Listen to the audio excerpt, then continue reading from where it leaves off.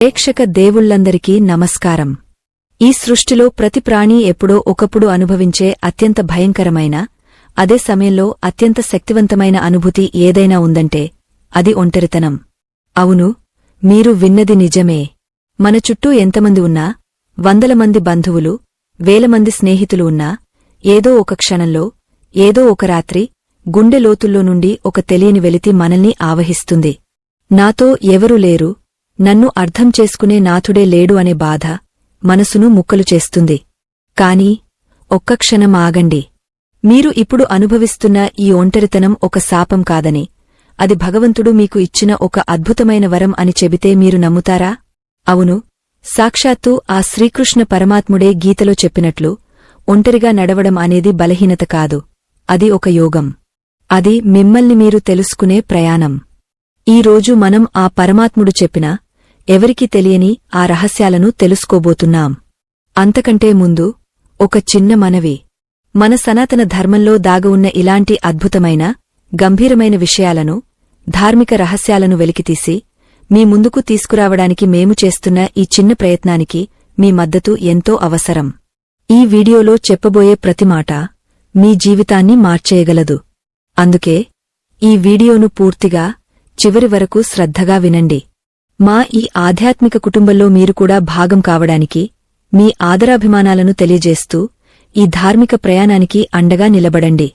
ఇక ఆలస్యం చేయకుండా ఆ కృష్ణయ్య పాదాలను స్మరిస్తూ మన కథనంలోకి వెళ్ళిపోదాం. చీకటి పడింది. గదిలో లైట్లు ఆరిపోయాయి. మంచం మీద పడుకున్నారు కాని నిద్ర రావడం లేదు. చేతిలో ఉన్న చరవాణిని పదే పదే చూస్తున్నారు. ఎవరిదో ఒకరి మెసేజ్ వస్తుందేమో, ఎవరైనా మనల్ని పలకరిస్తారేమో అని ఆశ. కాని అక్కడ నిశ్శబ్దం తప్ప మరేమీ ఉండదు. అప్పుడు అనిపిస్తుంది, ఈ ప్రపంచంలో నాకంటూ ఎవరున్నారు? నేను ఎందుకు ఒంటరిగా మిగిలిపోయాను? నేను అందరినీ ప్రేమించాను కదా, మరి నాకెందుకు ఈ శిక్ష? అని కన్నీళ్లు పెట్టుకుంటారు. ఇది కేవలం మీ కథ కాదు, ఇది మనందరి కథ.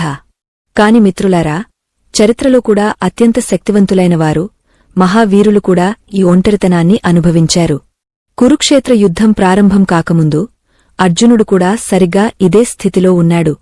తన రథం 2 సేనల మధ్య నిలిచినప్పుడు తన చుట్టూ లక్షల మంది సైనికులు ఉన్నప్పటికీ అర్జునుడు తీవ్రమైన ఒంటరితనాన్ని అనుభవించాడు. తన వాళ్లు అనుకున్నవారు, తన గురువులు, తన తాతలు అందరూ తనకు వ్యతిరేకంగా నిలబడ్డారు. ఆ క్షణంలో అర్జునుడికి అనిపించింది, ఈ యుద్ధం నేను ఒంటరిగా చేయాలా? ఈ రక్తం పంచుకున్న బంధాలే నన్ను చంపడానికి చూస్తుంటే ఇక నాకు తోడు ఎవరు? అని. అప్పుడు అతని చేతిలో ఉన్న గాండీవం జారిపోయింది. కళ్లలోంచి నీళ్లు వచ్చాయి. సరిగ్గా ఆ క్షణంలోనే జగద్గురువు అయిన శ్రీకృష్ణుడు అర్జునుడికి మరియు మనందరికీ ఒక పరమ సత్యాన్ని బోధించాడు. ఓ అర్జునా! నువ్వు ఎవరికోసం ఏడుస్తున్నావు? ఎవరు నీతో వస్తారని అనుకుంటున్నావు? నువ్వు ఈ భూమిమీదకు వచ్చినప్పుడు ఒంటరిగానే వచ్చావు. రేపు ఈ శరీరాన్ని వదిలి వెళ్లేటప్పుడు కూడా ఒంటరిగానే వెళ్తావు. మధ్యలో ఏర్పడిన ఈ బంధాలు, అనుబంధాలు కేవలం బాటసారులు కలిసినట్లుగా కలిశాయే తప్ప అవి శాశ్వతం కాదు అని కృష్ణుడు స్పష్టంగా చెప్పాడు. కాని మనసు ఈ నిజాన్ని ఒప్పుకోదు కదా. మనం మనుషులం. మనకు తోడు కావాలి, ఒక ఆసరా కావాలి. చిన్నప్పుడు అమ్మ చేయి పట్టుకుని నడిచాం. యవ్వనంలో స్నేహితుల భుజం మీద చేయి వేసి తిరిగాం. ఆ తర్వాత జీవిత భాగస్వామి చేయి పట్టుకుని ప్రయాణం చేశాం.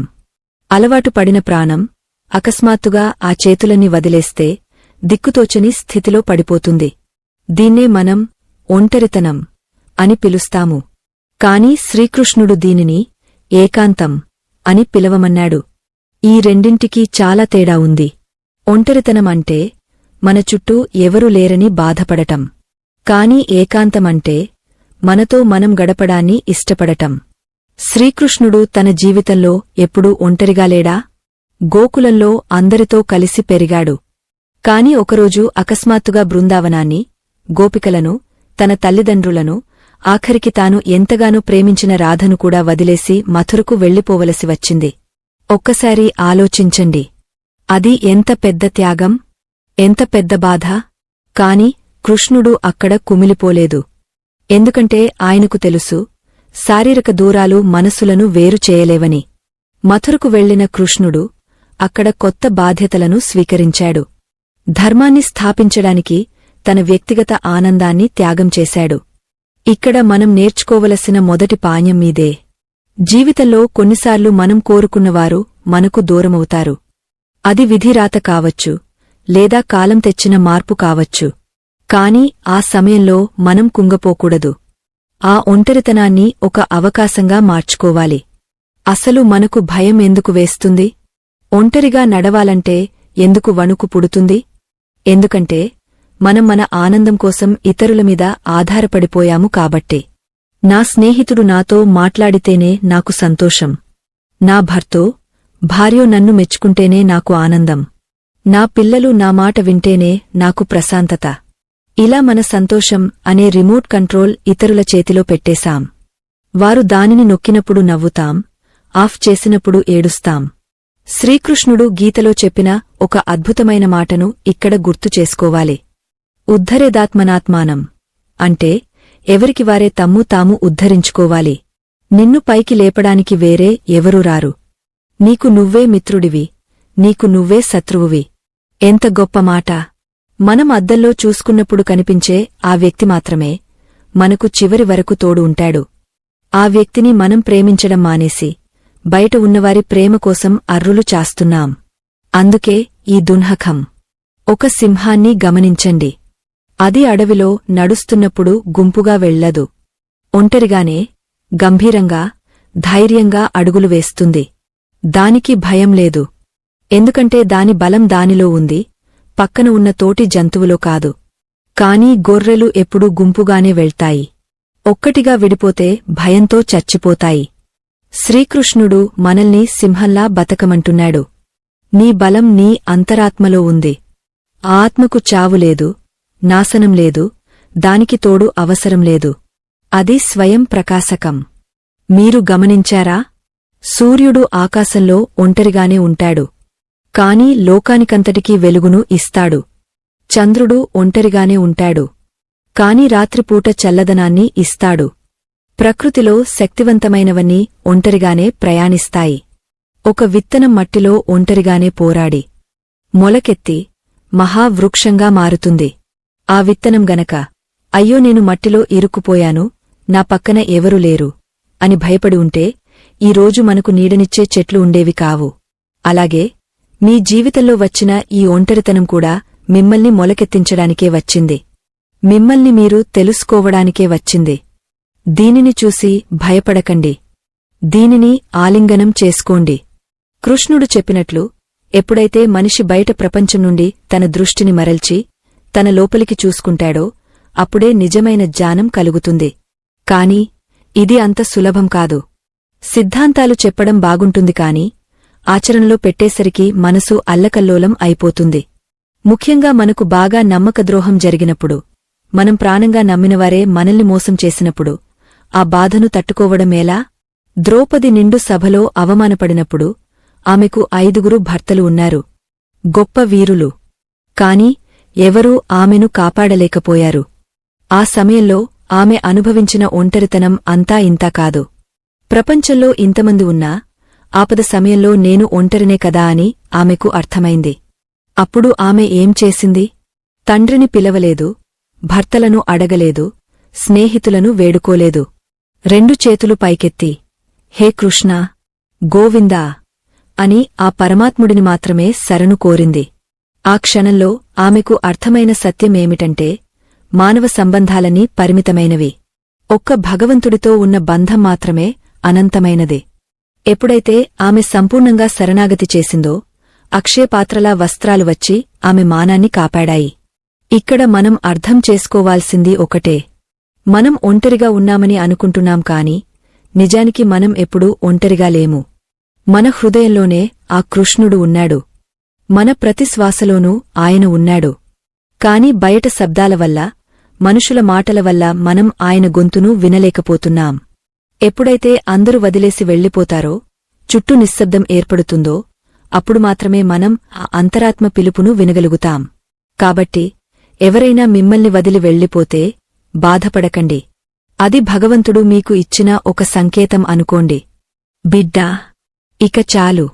నువ్వు బయట వెతకడం ఆపేసి నీ లోపల ఉన్న నన్ను చూడు.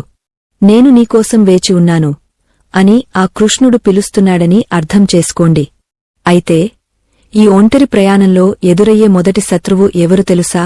అది మన ఆలోచనలే. అవును, ఖాళీగా ఉన్నప్పుడు మనసు ఒక కోతిలా మారుతుంది. లేనిపోని భయాలను సృష్టిస్తుంది. గతం తాలూకు చేదు జాపకాలను తవ్వితీస్తుంది. నేను పనికిరానివాడిని, నా బతుకు ఇంతే, నేను ఎప్పటికీ సంతోషంగా ఉండలేను అనే విషపూరితమైన ఆలోచనలను మనసులోకి ఎక్కిస్తుంది. దీనిని కృష్ణుడు ఎలా ఎదుర్కోమన్నాడు? ధ్యానం. ధ్యానం అంటే కళ్ళు మూసుకుని కూర్చోవడం మాత్రమే కాదు. ధ్యానం అంటే మనసును గమనించడం, మన ఆలోచనలను సాక్షిగా చూడటం. ఒక నది ఒడ్డున కూర్చుని ప్రవహించే నీటిని చూసినట్లు మనసులో వచ్చే ఆలోచనలను కేవలం గమనించాలి. వాటిలో మునిగపోకూడదు. ఇది నా ఆలోచన, నేను కాదు అని వేరుచేసి చూడగలగాలి. ఇదే కృష్ణుడు చెప్పిన సాక్షిభావం. ఈ సాక్షిభావం అలవాటు అయితే ఒంటరితనం ఒక గొప్ప శక్తిగా మారుతుంది. ప్రపంచాన్ని జయించిన చక్రవర్తులందరూ, గొప్ప గొప్ప జ్ఞానులందరూ తమ జీవితంలో ఎక్కువ భాగం ఏకాంతంలో గడిపినవారే. బుద్ధుడు బోధి వృక్షం కింద ఒంటరిగా కూర్చున్నప్పుడే జ్ఞానోదయమైంది. ఆది శంకరాచార్యులు ఒంటరిగా దేశమంతా పర్యటించి ధర్మాన్ని స్థాపించారు.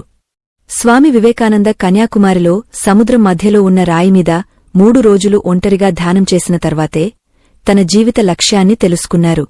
వీరందరికీ లేని భయం మనకెందుకు? ఎందుకంటే మనం మనల్ని మనం ప్రేమించుకోవడం లేదు. మన లోపల ఉన్న లోపాన్ని కప్పిపుచ్చుకోవడానికి 10 మందిని వెతుక్కుంటున్నాం. ఒక కుండలో చిల్లు ఉంటే అందులో ఎంత నీరు పోసినా నిలవదు. అలాగే మన మనసులో అశాంతి ఉన్నప్పుడు బయట ఎంతమంది తోడున్నా ఆనందముండదు. ముందు ఆ చిల్లును పూడ్చాలి. అదే ఆత్మవిశ్వాసం. అదే దైవ చింతన. సమాజం దృష్టిలో ఒంటరిగా ఉండటం అంటే ఒక వెలిలిపోటు. అయ్యో పాపం, అతనికి ఎవరు లేరు అని జాలిగా చూస్తారు. కాని కృష్ణుడి దృష్టిలో ఒంటరిగా ఉండటమంటే ఒక గొప్ప అవకాశం. అది మిమ్మల్ని మీరు చెక్కుకోవడానికి దొరికిన సమయం. ఒక శిల్పి రాయిని చెక్కేటప్పుడు చుట్టూ ఎవరూ ఉండరు. అతను, ఆ రాయి, అతని ఉలి మాత్రమే ఉంటాయి. అలాగే మీ జీవితాన్ని అద్భుతంగా మలుచుకోవాలంటే మీరు కూడా కొంతకాలం ఒంటరిగా ఉండక తప్పదు. కాని చాలామందికి ఒక సందేహం వస్తుంది. గురువుగారు, మీరు చెప్పేవన్నీ వినడానికి బాగున్నాయి. కాని రాత్రిపూట వచ్చే ఆ శూన్యాన్ని భరించడం మా వల్ల కావడం లేదు. మాజీ ప్రేమికుల జ్ఞాపకాలు, మరణించిన బంధువుల స్మృతులు మమ్మల్ని వెంటాడుతున్నాయి. వాటిని జయించడానికి కృష్ణుడు ఏదైనా ఆయుధమిచ్చాడా అని అడుగుతారు. ఖచ్చితంగా ఇచ్చాడు. అది సామాన్యమైన ఆయుధం కాదు. బ్రహ్మాస్త్రం కంటే శక్తివంతమైనదే. అర్జునుడు యుద్ధరంగంలో కుప్పకులిపోయినప్పుడు కృష్ణుడు అతనికి ఒక రహస్యాన్ని ఉపదేశించాడు. ఆ రహస్యం తెలిసిన తర్వాత అర్జునుడి భయం మటుమాయం అయింది. అతని కళ్లలో కొత్త కాంతి వచ్చింది. అంతకుముందు వరకు నేను చంపలేను, నా వల్ల కాదు అన్నవాడు ఆ ఒక్క రహస్యం విన్నాక, కృష్ణా, నువ్వు చెప్పినట్టే చేస్తాను అని విల్లు ఎక్కుపెట్టాడు. అసలు ఏమిటి ఆ రహస్యం? మనసులోని భయాన్ని, ఒంటరితనాన్ని క్షణాల్లో కాల్చి బూడిద చేయగల ఆ నిప్పు కణమేది? కృష్ణుడు అర్జునుడి చెవిలో చెప్పిన ఆ పరమసత్యం మన జీవితాలను కూడా ఎలా మార్చబోతోంది? ఆ రహస్యాన్ని తెలుసుకుంటే ఇక మీకు జీవితంలో ఎప్పుడు, ఎక్కడా, ఏ క్షణంలోనూ ఒంటరితనం అనే మాటే గుర్తుకురాదు. మీరు నడుస్తుంటే ఒక సైన్యం నడుస్తున్నంత ధైర్యం వస్తుంది. కాని ఆ రహస్యాన్ని తెలుసుకోవాలంటే మనం మన ప్రయాణంలో ఇంకొంచెం లోతుకు వెళ్ళాలి. మనుషుల మధ్య ఉండే బంధాల వెనుక ఉన్న అసలైన రంగులను చూడాలి. కృష్ణుడు చెప్పిన ఆ రహస్యానికి ముందు మనం ఒక నిజాన్ని జీర్ణించుకోవాలి. ఆ రహస్యం మరేమిటో కాదు, బంధం అనే పదం వెనుక ఉన్న అసలైన అర్థం. మనం ఎందుకు ఒక వ్యక్తిని చూసి ఇష్టపడతాం? ఎందుకు వారిని విడిచి ఉండలేం? దీనికి కృష్ణుడు ఇచ్చే సమాధానం చాలా ఆశ్చర్యకరంగా ఉంటుంది. మనం అనుకుంటున్నట్లు ప్రేమ అనేది కేవలం ఈ జన్మకు సంబంధించినది కాదు. అది ఒక రౌణం. అవును, మీరు విన్నది నిజమే. మన జీవితంలోకి వచ్చే ప్రతి వ్యక్తి, మన తల్లిదండ్రులు, మన భాగస్వామి, మన పిల్లలు, మన స్నేహితులు, చివరకు మనల్ని మోసం చేసేవారు కూడా ఏదో ఒక పూర్వజన్మ రుణం తీర్చుకోవడానికే వస్తారు. దీనినే శాస్త్రాలు రుణానుబంధం అని పిలుస్తాయి. పశువులు, భార్య, పిల్లలు, ఇల్లు అన్నీ కూడా ఆ రుణం ఉన్నంతవరకే మనతో ఉంటాయి. ఎప్పుడైతే ఆ రుణం తీరిపోతుందో అప్పుడు ఆ బంధం కూడా తెగిపోతుంది. ఇది వినడానికి చాలా కఠినంగా అనిపించవచ్చు. ఏంటి, నా ప్రేమ కేవలం ఒక వ్యాపారమా, ఒక లెక్క అని మీ మనసు ప్రశ్నించవచ్చు. కాని సత్యం ఎప్పుడూ చేదుగానే ఉంటుంది. మనం రైలు ప్రయాణం చేస్తున్నప్పుడు మన పక్క సీట్లో ఎవరో వచ్చి కూర్చుంటారు. కాసేపు వారితో ముచ్చట్లు పెడతాం, స్నేహం చేస్తాం, ఆహారం పంచుకుంటాం. కాని వారి స్టేషన్ రాగానే వారు దిగిపోతారు. అప్పుడు మనం వారిని పట్టుకుని, నువ్వు వెళ్ళొద్దు, నాతోనే ఉండు, నా చివరి స్టేషన్ వరకురా అని ఏడుస్తామా? ఏడవము. ఎందుకంటే మనకు తెలుసు, వారి గమ్యం వేరు, మన గమ్యం వేరు అని. వారి ప్రయాణం మనతో కొంత దూరమే అని ముందే సిద్ధపడి ఉంటాం. మరి జీవితం అనే ఈ రైలు బండిలో కలిసిన వారిని మాత్రం ఎందుకు వదలలేకపోతున్నాం? ఎందుకు వారికోసం కన్నీరు మున్నీరు అవుతున్నాం? ఎందుకంటే ఇది నాది, ఈ మనిషి నా సొంతం అనే భ్రమలో మనం బతుకుతున్నాం కాబట్టి. శ్రీకృష్ణుడు కురుక్షేత్రంలో అర్జునుడికి ఇదే విషయాన్ని చాలా సున్నితంగా అయినా సూటిగా చెప్పాడు. అర్జునా, నీ ఎదురుగా ఉన్న భీష్ముడు, ద్రోణుడు, నీ తాతలు, గురువులు, వీరందరూ నిమిత్తమాత్రులు. వారి కాలం తీరిపోయింది. వారు వెళ్ళిపోవాల్సిందే. నువ్వు కేవలం ఒక సాకు మాత్రమే. వారు వెళ్ళిపోతున్నారని నువ్వు బాధపడటం అజ్ఞానం. ఎందుకంటే పుట్టిన ప్రతి ప్రాణీ గిట్టక తప్పదు, గిట్టిన ప్రతి ప్రాణీ మళ్లీ పుట్టక తప్పదు. ఈ రాకపోకల చక్రంలో ఎవరూ శాశ్వతం కాదు. అయినా సరే మనసు ఒప్పుకోదు. కృష్ణ, తత్వం చెప్పడం సులభమే, కాని ఆచరించడం కష్టం. నేను ప్రాణంగా ప్రేమించిన వ్యక్తి నన్ను మోసం చేసి వెళ్ళిపోతే, నా గుండె మండిపోతుంటే ఈ సిద్ధాంతాలు నాకు ఎలా ఉపశమనమిస్తాయి అని మనం అడుగుతాం. దీనికి కృష్ణుడు చెప్పే సమాధానమేంటంటే, ఆ బాధకు కారణం ఆ వ్యక్తి వెళ్ళిపోవడం కాదు, ఆ వ్యక్తిమీద నువ్వు పెట్టుకున్న అంచనాలు. మనం ఒక వ్యక్తిని ప్రేమించినప్పుడు బదులుగా వారి నుండి ప్రేమను ఆశిస్తాం. నేను వారికోసం ఇంత చేశాను కదా, వారు నాకోసం అంత చేయాలి అని కోరుకుంటాం. ఎప్పుడైతే ఆ కోరిక తీరదో అప్పుడు ప్రేమ ద్వేషంగా మారుతుంది. అప్పుడు ఒంటరితనం ఒక రాక్షసిలా మనల్ని తినేస్తుంది. కాని నిజమైన ప్రేమ అంటే ఏమిటి? బదులు ఆశించకుండా ఇవ్వడం. కృష్ణుడు గోపికలను ప్రేమించాడు. కాని మథురకు వెళ్లేటప్పుడు వారిని వెంట తీసుకువెళ్లలేదు. అలాగని వారిని మర్చిపోలేదు. శారీరకంగా దూరంగా ఉన్నా మానసికంగా వారితోనే ఉన్నాడు. ఇక్కడ మనం గమనించాల్సిన మరో ముఖ్యమైన విషయముంది. మనం తరచుగా అనుకుంటూ ఉంటాం, నేను ఒంటరిని అయిపోయాను అని. కాని కృష్ణుడు ఏమంటాడంటే, నువ్వు ఎప్పుడు కలిశావు గనుక ఇప్పుడు విడిపోవడానికి? ఈ ప్రశ్న లోతుగా ఆలోచించండి. మనం పుట్టకముందు ఈ బంధాలు ఎక్కడ ఉన్నాయి? మరణించిన తర్వాత ఎక్కడికి వెళ్తాయి? మధ్యలో వచ్చిన ఈ నాటకంలో మనం పాత్రధారులం మాత్రమే. ఒక నాటకంలో రాజు వేషం వేసినంత మాత్రాన నిజంగా రాజు అయిపోతామా? నాటకమైపోగానే కెరీటం తీసి పక్కన పెట్టి ఇంటికి వెళ్ళిపోతాం. జీవితం కూడా అంతే. భర్తగా, భార్యగా, తండ్రిగా, కొడుకుగా మనం రకరకాల వేషాలు వేస్తున్నాం. కాని లోపల ఉన్న నేను అనే ఆత్మకు ఏ బంధమూ లేదు. అది నిత్యం, సత్యం, స్వచ్ఛం. ఆత్మకు తండ్రి లేడు, తల్లి లేదు, స్నేహితుడు లేడు. అది ఒంటరిగానే పరిపూర్ణంగా ఉంది. ఈ సత్యాన్ని గ్రహించడమే యోగం. ఎప్పుడైతే మీరు ఈ చర్మాన్ని, ఈ శరీరాన్ని దాటి లోపలికి చూస్తారో అప్పుడు మీకు అర్థమవుతుంది, మీరు కోల్పోయింది ఏమీ లేదని. ఒకసారి కృష్ణుడికి కాలికి చిన్న దెబ్బ తగిలితే రక్తం కారుతుంటే సత్యభామ, రుక్మిణి కంగారుపడ్డారు. కాని ద్రౌపది మాత్రం తన చీర కొంగును చింపి కట్టుకట్టింది. అప్పుడు కృష్ణుడు నవ్వి ఊరుకున్నాడు. ఎందుకంటే కృష్ణుడికి తెలుసు, ఆ సమయంలో ఎవరి పాత్ర ఏమిటో. సత్యభామది అధికారంతో కూడిన ప్రేమ, రుక్మిణిది ఆరాధనతో కూడిన ప్రేమ, ద్రౌపదిది ఆత్మీయతతో కూడిన ప్రేమ. ఎవరి స్థాయిని బట్టివారు ప్రవర్తిస్తారు. మనుషులు మారరు, వారి స్వభావాలు మారవు. మనం వారిని మార్చాలని ప్రయత్నించడం వల్లే దుంహకం వస్తుంది. పాముని పెంచితే అది కాటు వేయక మానదు. అది దాని స్వభావం. అంతమాత్రాన పాము చెడ్డది అని కాదు, దాని గుణం అది. అలాగే మోసం చేసేవాడు మోసం చేస్తాడు, వదిలి వెళ్లేవాడు వెళ్ళిపోతాడు. వారిని చూసి మనం బాధపడటమంటే మంటలో చేయి పెట్టి కాలుతుందని ఏడవటం లాంటిది. నిప్పు ధర్మం కాల్చడం, మనిషి ధర్మం మారడం. ఈ మార్పును అంగీకరించడమే స్థితప్రజ్ఞత. కాని ఒంటరిగా ఉన్నప్పుడు భయం ఎందుకు వేస్తుంది? రాత్రిపూట ఆ నిశ్శబ్దం ఎందుకు భయపెడుతుంది? ఎందుకంటే ఆ నిశ్శబ్దంలో మనం మన అంతరాత్మ గొంతును వినాల్సి వస్తుంది. మన తప్పులు, మన పాపాలు, మన బలహీనతలు అన్నీ మన కళ్ల ముందుకు వస్తాయి.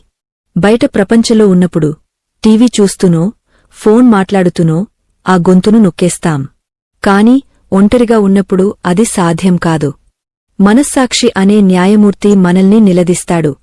అందుకే చాలామంది ఒంటరిగా ఉండలేరు. ఏదో ఒక వ్యాపకం కావాలి, ఎవరో ఒకరు పక్కన ఉండాలి. కాని కృష్ణుడు ఏమంటాడంటే, ఆ భయాన్ని దాటితేనే అసలైన స్వేచ్ఛ దొరుకుతుంది. ఆ భయం ఒక ద్వారం లాంటిది. దానిని దాటి లోపలికి వెళ్తే అక్కడ అద్భుతమైన శాంతి ఉంటుంది.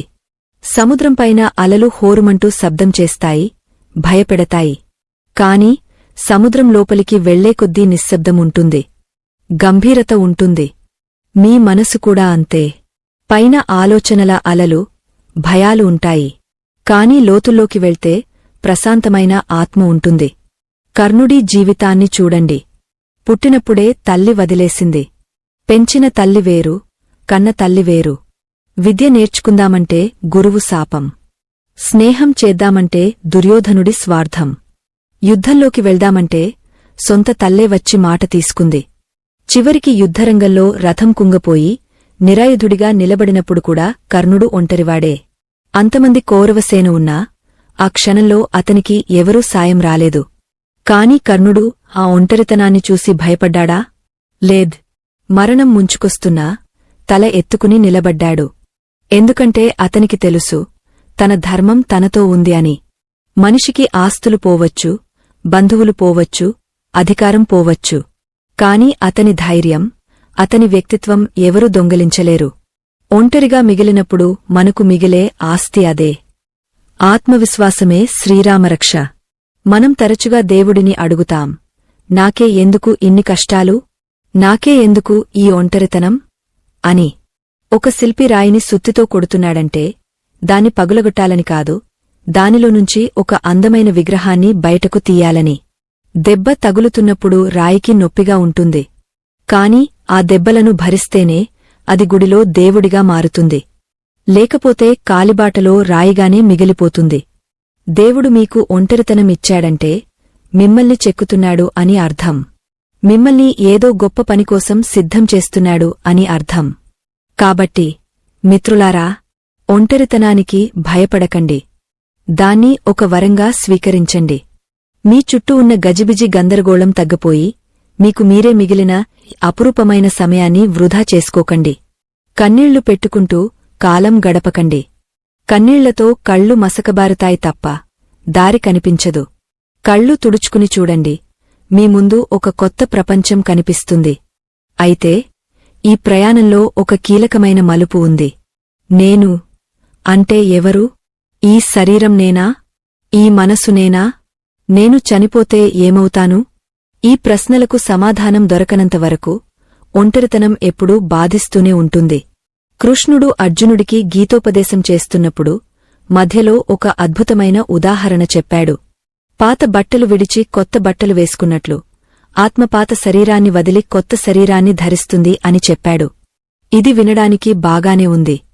కాని మనకు ఆత్మ అనుభూతి కలగడం లేదు కదా. అది కేవలం పుస్తకాల్లో చదివిన మాటగానే మిగిలిపోతోంది కదా. దీనిని అనుభవంలోకి తెచ్చుకోవడమేలా? దానికి కృష్ణుడు ఒక మార్గం చూపించాడు. అది చాలా రహస్యమైన మార్గం. ఆ మార్గంలో వెళ్తే మీకు ఈ ప్రపంచం మొత్తం మీలోనే కనిపిస్తుంది. అప్పుడు మీరు అడవిలో ఉన్నా సరే, జనసంద్రంలో ఉన్నా సరే మీకు ఏకాంతం లభిస్తుంది. మీరు ఒంటరిగా ఉన్నా సరే విశ్వమంతా మీతో ఉన్నట్లు అనిపిస్తుంది. ఆ స్థితిని యోగం అంటారు. కాని ఆ యోగస్థితికి చేరుకోవాలంటే మనం మన మనసులో ఉన్న ఒక పెద్ద భ్రాంతిని తొలగించుకోవాలి. అదే ద్వైతం అంటే నేను వేరు లోకం వేరు అనే భావన. ఈ భావన వల్లే మనకు శత్రువులు పుట్టుకొస్తున్నారు. ఈ భావన వల్లే మనకు భయం వేస్తుంది. మరి ఈ భ్రాంతిని ఎలా తొలగించుకోవాలి? దానికి కృష్ణుడు ఒక చిన్న కాని శక్తివంతమైన అభ్యాసాన్ని సూచించాడు. ఆ అభ్యాసం గనక మీరు ప్రతిరోజు చేస్తే కొద్ది రోజుల్లోనే మీ జీవితం మారిపోతుంది. మీ మొహంలో ఒక కొత్త తేజస్సు వస్తుంది. మిమ్మల్ని చూసినవారు, ఏంటి ఇంత ప్రశాంతంగా ఉన్నావు? నీ కళ్లలో ఆ మెరుపు ఏంటి అని అడుగుతారు. అసలు ఏమిటి ఆ అభ్యాసం? కృష్ణుడు చెప్పిన ఆ మానసిక యజ్ఞం ఎలా చేయాలి? అది తెలుసుకునే ముందు మనం మన లోపల దాగ ఉన్న ఒక పరమమిత్రుడిని పరిచయం చేసుకోవాలి. అవును, మీకు తెలియకుండానే మీ లోపల ఒక మిత్రుడు ఉన్నాడు. వాడు ఎప్పుడూ మిమ్మల్ని వదిలి వెళ్లలేదు. మీరు ఎన్ని తప్పులు చేసినా వాడు మిమ్మల్ని ద్వేషించలేదు.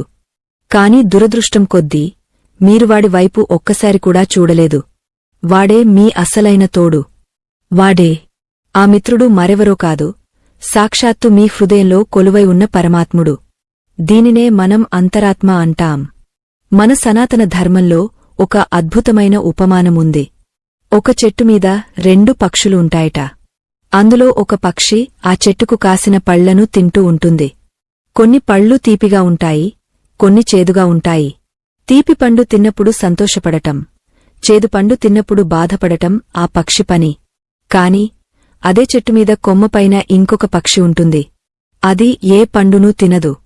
కేవలం కింద ఉన్న పక్షిని ప్రశాంతంగా గమనిస్తూ ఉంటుంది. దానికి ఆకలి లేదు, బాధలేదు, సంతోషం లేదు. కేవలం సాక్షిగా చూస్తూ ఉంటుంది. ఇక్కడ పళ్ళు తింటూ సుఖదుఃఖాలను అనుభవించే కింద పక్షి మరెవరో కాదు, జీవాత్మ అంటే మనం. పైన కూర్చుని ప్రశాంతంగా గమనిస్తున్న ఆ పక్షి పరమాత్మ అంటే భగవంతుడు. మనం జీవితం అనే చెట్టుమీద రకరకాల అనుభవాలను రుచి చూస్తూ, ఏడుస్తూ, నవ్వుతూ ఉంటాం. కాని మన లోపల ఉన్న ఆ సాక్షి మాత్రం ఎప్పుడూ నిశ్చలంగా ఉంటాడు. మనం ఒంటరిగా ఉన్నప్పుడు మనం కలవాల్సింది బయట ఉన్న మనుషులను కాదు, మన లోపల ఉన్న ఆ రెండో పక్షిని. ఆ సాక్షిని చేరుకోవడమే యోగం. ఎప్పుడైతే మీరు ఆ సాక్షి స్థితికి చేరుకుంటారో అప్పుడు మీకు చేదు తిన్నా, తీపి తిన్నా పెద్ద తేడా అనిపించదు. కష్టాలు వచ్చినా, సుఖాలు వచ్చినా మనసు చెలించదు. కాని మనం చిన్నప్పటి నుండి బయట ప్రపంచాన్ని చూడటమే నేర్చుకున్నాం తప్ప లోపల చూడటం నేర్చుకోలేదు. అందుకే మనకు ఒంటరిగా ఉండాలంటే భయం. ఒక చిన్న ఉదాహరణ తీసుకుందాం. మీరు ఒక చీకటి గదిలో ఒంటరిగా ఉన్నారు అనుకోండి. మీకు భయం వేస్తుంది. దెయ్యాలు ఉన్నాయేమో, భూతాలు ఉన్నాయేమో అని వణికిపోతారు. కాని అదే గదిలో ఒక చిన్న దీపం వెలిగేస్తే ఆ భయం మాయం అవుతుంది. అక్కడ ఉన్న వస్తువులన్నీ స్పష్టంగా కనిపిస్తాయి. ఆ దీపమే జ్ఞానం. ఒంటరితనం అనే చీకటిని పారద్రోలాలంటే ఆత్మజ్ఞానం అనే దీపాన్ని వెలిగించాలి. శ్రీకృష్ణుడు ఉద్ధవుడికి చెప్పిన మాటలు ఇక్కడ మనం గుర్తు చేసుకోవాలి. కృష్ణుడు అవతారం చాలించే సమయం ఆసన్నమైంది. యాదవకులం మొత్తం తమలో తాము కొట్టుకుని నాశనం అయిపోతోంది. అప్పుడు ఉద్ధవుడు కృష్ణుడి దగ్గరకు వచ్చి, కృష్ణా, నన్ను కూడా నీతో తీసుకుపో. నువ్వు లేకుండా నేను ఈ లోకంలో ఒక్క క్షణం కూడా ఉండలేను. నాకు భయంగా ఉంది అని ఏడ్చాడు. అప్పుడు కృష్ణుడు నవ్వి, ఉద్ధవా, నేను వెళ్ళిపోతున్నానని ఎందుకు భయపడుతున్నావు? నేను ఎక్కడికి వెళ్తాను? ఈ చరాచర జగత్తు అంతా నేనే నిండి ఉన్నాను. నువ్వు కళ్ళు మూసుకుని నీ హృదయంలో చూసుకో, అక్కడ నేను కనిపిస్తాను. నాకు వియోగం అనేది లేదు. కేవలం శరీరం అనే అడ్డుగోడ మాత్రమే ఉంది అని చెప్పాడు. అంటే మనకు కలిగే విరహవేదన, ఆ భయం అంతా కూడా దేహానికి సంబంధించినదే తప్ప ఆత్మకు కాదు. మనం మన శరీరాన్ని నేను అనుకుంటున్నాం కాబట్టే పక్కన ఇంకో శరీరం లేకపోతే వెలితిగా ఫీల్ అవుతున్నాం. కాని ప్రేమ అనేది శరీరాలకు సంబంధించినది కాదు. అది ఆత్మల కలయిక. మీరేదో కోల్పోయారని ఏడుస్తున్నారు కాని అసలు మీది కానిది కోల్పోవడానికి ఏముంది? మీరు ఈ ప్రపంచంలోకి వచ్చినప్పుడు ఏమీ తీసుకురాలేదు. వెళ్లేటప్పుడు ఏమీ తీసుకువెళ్లరు. మరి మధ్యలో పోగొట్టుకున్న దాని గురించి ఎందుకు ఈ రాద్ధాంతం?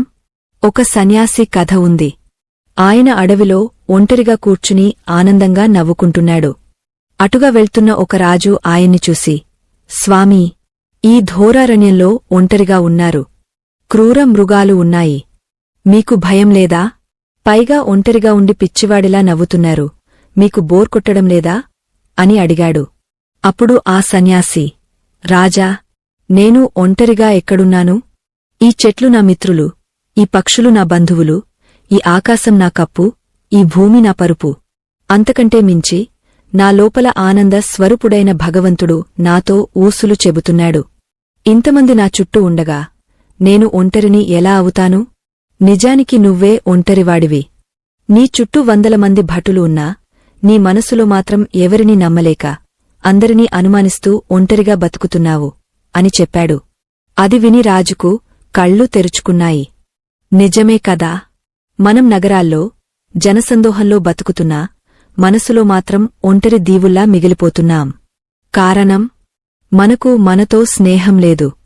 మనం ఇతరులను మెప్పించడానికి ముఖానికి రంగులు వేసుకుని నటిస్తున్నాం. ఆ నటించి అలసిపోయాం. ఒంటరిగా గదిలో కూర్చున్నప్పుడు ఆ ముసుగు తీసేస్తాం. అప్పుడు అద్దంలో కనిపించే ఆ నిజమైన ముఖాన్ని చూడలేక భయపడతాం. అందుకే వెంటనే టీవీనో ఫోనో ఆన్ చేసి పారిపోవడానికి ప్రయత్నిస్తాం. కాని కృష్ణతత్వం ఏం చెబుతుందంటే, పారిపోవద్దు, నిలబడు. ఆ ఒంటరితనంలోనే నీ నిజస్వరూపముంది, నీ బలముంది. ఒక విత్తనం మట్టిలో ఒంటరిగా ఉన్నప్పుడే పగలి మొక్కగా మారుతుంది. ఒక గొంగళి పురుగుగూడులో ఒంటరిగా బంధించబడినప్పుడే సీతాకోకచిలుకగా మారి రంగుల రెక్కలతో బయటకు వస్తుంది. మీరు కూడా ఇప్పుడు ఆ గూడులో ఉన్నారు. ఇది శిక్ష కాదు, ఇది రూపాంతరం చెందే సమయం. మీ రెక్కలు బలపడుతున్న సమయం. తొందరపడి ఆ గూడుని చిల్చుకుని బయటకు రావద్దు. ఆ నొప్పిని, ఆ ఏకాంతాన్ని భరించండి. రేపు మీరు ఎగరగలిగే ఆకాశం కోసం ఈరోజు ఈ చీకటిని సహించండి. అసలు మనం ఎందుకు ఇతరుల మీద ఆధారపడాలి? ఆనందం కోసం. అవునా? కాని ఇతరులు ఇచ్చే ఆనందం బిచ్చంలాంటిది. వారు వేస్తే దొరుకుతుంది, లేకపోతే లేదు. కాని మీ లోపల ఉన్న ఆనందం ఒక అక్షయపాత్ర. అది ఎప్పటికీ తరగదు. కస్తూరి జింక తన కడుపులోనే సుగంధాన్ని పెట్టుకుని ఆ వాసన ఎక్కడినుంచి వస్తుందో తెలియక అడవి అంతా వెతుకుతుందట. మనం కూడా అంతే. ఆనందం మనలోనే ఉంది, శాంతి మనలోనే ఉంది. కాని మనం దానిని మనుషుల్లో, వస్తువుల్లో, డబ్బులో వెతుకుతున్నాం. అందుకే దొరకడం లేదు. మీరు ఎప్పుడైనా గమనించారా? మీరు ఎంతో ఇష్టపడి కొనుక్కున్న కొత్త కారు లేదా కొత్త బట్టలు కొన్ని రోజులకే పాతబడిపోతాయి. వాటిమీద ఆసక్తి పోతుంది. అలాగే మీరు ప్రాణంగా ప్రేమించిన మనుషులు కూడా కాలక్రమేణా మారుతారు, లేదా మీకు బోర్ కొడతారు. ఎందుకంటే బయట వస్తువుల నుండి వచ్చే సుఖం శాశ్వతం కాదు. కాని ఆత్మలో నుండి వచ్చే ఆనందం నిత్యానందం. దానికి కారణం అక్కర్లేదు. ఏమీ లేకపోయినా సంతోషంగా ఉండటమే నిజమైన యోగ లక్షణం. శ్రీకృష్ణుడు ద్వారకలో ఉన్నప్పుడు ఆయనకు 16,000 మంది భార్యలు, వందలాది మంది పిల్లలు, మనవళ్లు ఉన్నారు. అయినా సరే ఆయన ప్రతిరోజూ బ్రాహ్మీ ముహూర్తంలో నిద్రలేచి ఒంటరిగా ధ్యానం చేసేవాడు. సాక్షాత్తు భగవంతుడైన ఆయనకు ధ్యానం అవసరమా? ఎవరిని ధ్యానిస్తున్నాడు? అంటే ఆయన మనకు ఒక మార్గాన్ని చూపిస్తున్నాడు. ఓ మానవులారా, మీరు ఎంత గొప్పవారైనా, ఎన్ని బాధ్యతలున్నా మీకోసం మీరు కొంత సమయం కేటాయించుకోండి. ఆ సమయంలో ప్రపంచాన్ని మర్చిపోండి. కేవలం మీతో మీరు గడపండి అని ఆయన సందేశం ఇస్తున్నారు. దీనిని ఆచరణలో పెట్టడమేలా? చాలా సులభం. ప్రతిరోజూ ఉదయం లేదా రాత్రి పడుకునే ముందు ఒక 10 నిమిషాలు ఏ పని చేయకుండా, ఎవరితో మాట్లాడకుండా, ఫోన్ చూడకుండా కేవలం కళ్ళు మూసుకుని కూర్చోండి. మీ శ్వాసను గమనించండి. మీ మనసులో ఏవేవో ఆలోచనలు వస్తాయి. రానివ్వండి. వాటిని ఆపకండి. కేవలం చూస్తూ ఉండండి. ఇది నా ఆలోచన మాత్రమే, నేను కాదు అనుకోండి. కొద్ది రోజులకు ఆలోచనల ప్రవాహం తగ్గుతుంది. మనసులో ఒక నిశ్శబ్దం ఏర్పడుతుంది. ఆ నిశ్శబ్దంలో మీకు ఒక ప్రశాంతత దొరుకుతుంది. అదే భగవంతుడి స్పర్శ. ఒక్కసారి ఆ రుచి తెలిస్తే ఇక మీరు మనుషుల కోసం వెంపర్లాడరు. ఎవరైనా పలకరిస్తే సంతోషం, పలకరించకపోతే ఇంకా సంతోషం అనుకుంటారు. మీ ఏకాంతాన్ని మీరు ప్రేమించడం మొదలుపెడతారు. అప్పుడు మీ మొహంలో ఒక తేజస్సు వస్తుంది. ఆశ్చర్యమేంటంటే ఎప్పుడైతే మీరు మనుషుల అవసరం లేదని అనుకుంటారో అప్పుడే మనుషులు మీ వెనక పడతారు. ఎందుకంటే స్వతంత్రంగా ఆనందంగా ఉండే వ్యక్తివైపు అందరూ ఆకర్షితులవుతారు. బిచ్చగాడి దగ్గరకు ఎవరు వెళ్లరు, దాత దగ్గరకు అందరూ వెళ్తారు. మీరు ప్రేమను అడుక్కునే బిచ్చగాడిగా ఉండకండి, ప్రేమను పంచే చక్రవర్తిలా ఉండండి. కాని ఇక్కడ ఒక ప్రమాదముంది. ఒంటరితనం వేరు, అహంకారం వేరు. నాకు ఎవరూ అక్కర్లేదు, నేను గొప్పవాడిని అనుకోవడం అహంకారం. అందరూ నావాళ్లే, కాని నా ఆనందం నా చేతిలోనే ఉంది అనుకోవడం జానం. ఈ రెండింటి మధ్య ఉన్న సన్నని గీతను అర్థం చేసుకోవాలి. రావణాసురుడు కూడా ఒంటరిగా తపస్సు చేశాడు, గొప్ప శక్తులు పొందాడు. కాని అతనికి అహంకారం ఎక్కువ. నేను తప్ప ఎవరూ లేరు అనుకున్నాడు. అందుకే నాశనం అయ్యాడు. కాని ఆంజనేయుడు కూడా ఒంటరిగా రాముడికోసం తపించాడు. కాని ఆయన నేను రాముడి బంటును అని వినయంతో ఉన్నాడు. అందుకే చిరంజీవి అయ్యాడు. మీ ఒంటరితనం మిమ్మల్ని వినయవంతులుగా మార్చాలి తప్ప గర్విష్ఠులుగా మార్చకూడదు. ఒంటరిగా ఉన్నప్పుడు చెట్లు, పుట్టలు, జంతువులను ప్రేమించడం నేర్చుకోండి. ప్రకృతితో మాట్లాడండి. అప్పుడు మీకు అర్థమవుతుంది ఈ సృష్టిలో ప్రతి అణువుతో మీకు బంధం ఉందని. ఆ బంధం తెగపోనిది. మీరు ఒంటరిగా నడవడమంటే అందరిని వదిలేసి అడవులకు పారిపోవడం అని కాదు. కుటుంబంలోనే ఉండండి, సమాజంలోనే ఉండండి. మీ బాధ్యతలు నిర్వర్తించండి. కాని తామరాకుమీద నీటి బొట్టులా ఉండండి. నీటిలో ఉన్నా అది అంటుకోదు. అలాగే సంసారంలో ఉన్నా మనసును అందులో ఇరుక్కోనివ్వకండి. చేతులు పనిచేస్తూ ఉండాలి, మనసు దేవుడిమీద ఉండాలి. ఇదే కృష్ణుడు చెప్పిన నిష్కామ కర్మ. మీకు తెలుసా, సముద్రంలో ఈత కొట్టేవాడు అలలకు ఎదురీదడు. అల వచ్చినప్పుడు దానిపైకి లేస్తాడు, లేదా దాని కిందనుంచి వెళ్తాడు. అలాగే జీవితంలో కష్టాలు, వియోగాలు అనే అలలు వచ్చినప్పుడు వాటిని చూసి భయపడకూడదు. నా ఆత్మ అనే పడవలో నేను సురక్షితంగా ఉన్నాను అనే నమ్మకంతో ఉండాలి. ఈ నమ్మకమే మిమ్మల్ని ఒడ్డుకు చేరుస్తుంది. అయితే ఈ ప్రయాణం అంత సాఫీగా సాగుతుందా? సిద్ధాంతాలు బాగానే ఉంటాయి కాని జీవితం యుద్ధరంగం లాంటిది. అనుక్షణం మనమీద బాణాలు దూసుకువస్తూనే ఉంటాయి. అవమానాలు, నిందలు, అపజయాలు మనల్ని ఉక్కిరిబిక్కిరి చేస్తాయి. ఇలాంటి సమయంలో నేను ఒంటరిని అనే భావన మనల్ని కృంగదీయదా? అప్పుడు ఎలా నిలబడాలి? దీనికి సమాధానం మన ఇతిహాసాల్లోనే ఉంది. మహాభారతం అంటేనే ఒంటరి పోరాటాల చరిత్ర. అందులో ఎంతోమంది గొప్ప వీరులు తమ జీవితాంతం ఒంటరిగానే పోరాడారు. వారి జీవితాలను చూస్తే మన కష్టాలు ఎంత చిన్నవో అర్థమవుతుంది. ముఖ్యంగా ఒక వీరుడు ఉన్నాడు. పుట్టుకతోనే అవమానం, పెరిగిన చోట అవమానం, నేర్చుకున్న విద్య దగ్గర అవమానం. అడుగడుగునా సమాజం అతన్ని వెలేసింది. నువ్వు సూతపుత్రుడివి, నువ్వు పనికిరాడు అని ఈసడించుకుంది. కాని అతను ఆ ఒంటరితనాన్ని అగ్నిలా మార్చుకుని సూర్యుడిలా వెలిగాడు. అతని కథ వింటే మీ నరనరాల్లో పౌరుషం ఉప్పొంగుతుంది.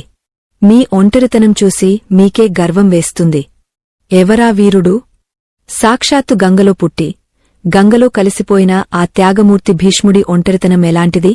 పద్మవ్యూహంలో చిక్కుకుని ఏ దిక్కు లేకపోయినా సింహంలా పోరాడిన ఆ బాలుడు అభిమన్యుడి ధైర్యమెక్కడిది? వీరి కథలు కేవలం పురాణాలు కాదు, అవి ఒంటరిగా ఎలా గెలవాలో నేర్పే పాఠ్యపుస్తకాలు. ఆ మహాయోధులు ఒంటరితనాన్ని ఎలా ఆయుధంగా మలుచుకున్నారు? వారి నుండి మనం నేర్చుకోవలసిన ఆ కిటుకులు ఏమిటి? యుద్ధభూమిలో కత్తి పట్టుకుని ఒక్కడే నిలబడినప్పుడు వారి మనసులో ఎలాంటి ఆలోచనలు ఉండేవి? ఇప్పుడు మనం ఆ యుద్ధభూమిలోకి వెళ్దాం. ఆ వీరుల హృదయాల్లోకి తొంగచూద్దాం.